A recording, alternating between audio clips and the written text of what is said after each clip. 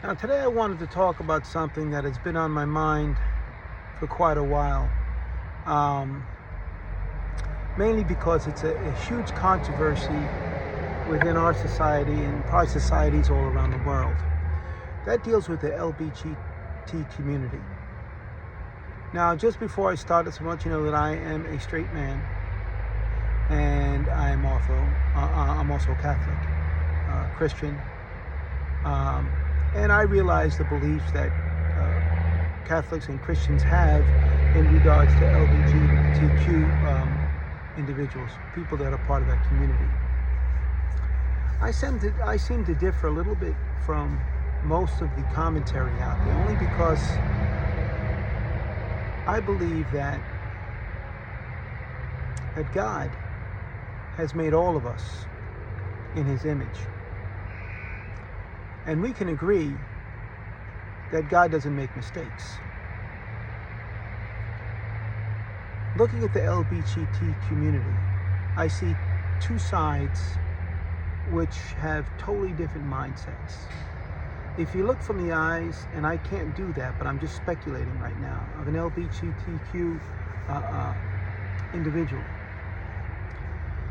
they can't possibly understand how a person who's straight would be able to possibly, not understand that they could love another person of the same sex. In the same instance, people who are straight can't possibly conceive on how a man could be with a man and a woman could be with a woman. So it's not only a difference of opinion, it's a difference of mindset that has been manufactured or has been culminated ever since we were born.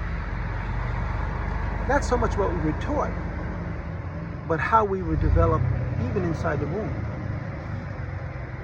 Of course, people know about X and X and Y chromosomes. Is it so far-fetched to believe that within the division of these cells in the uterus, that there could have been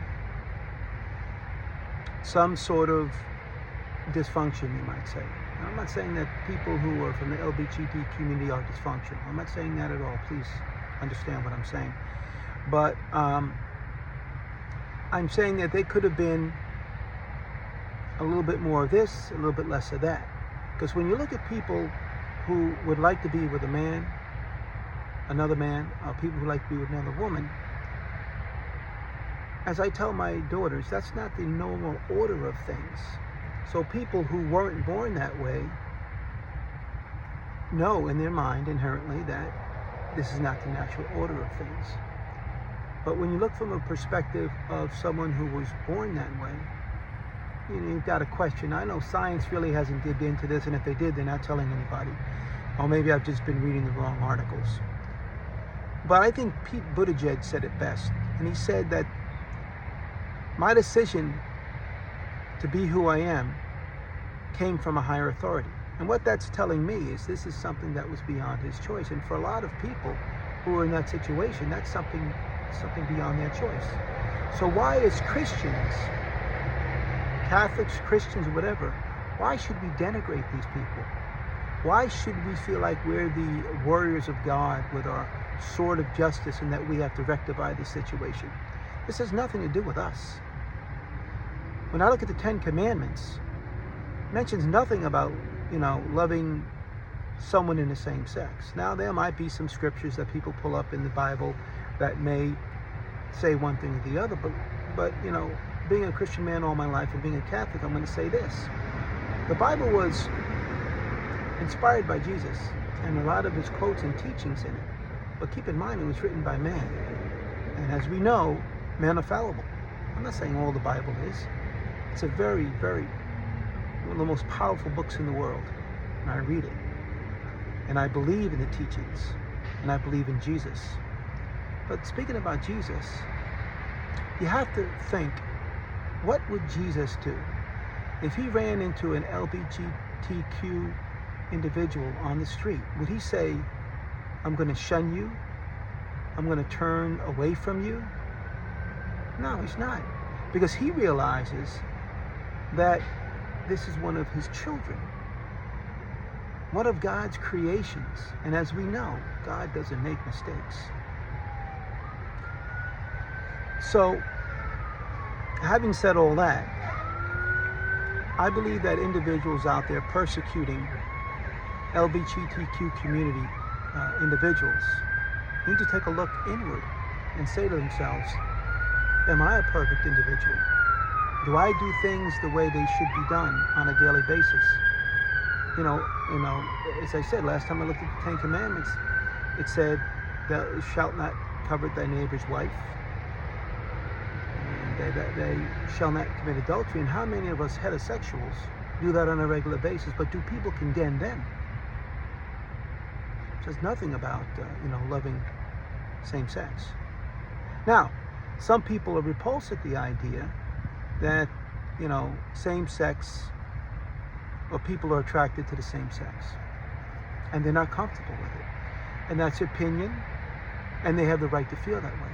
What they don't have the right to do is impose those feelings on other people adversely, to denigrate, to demean.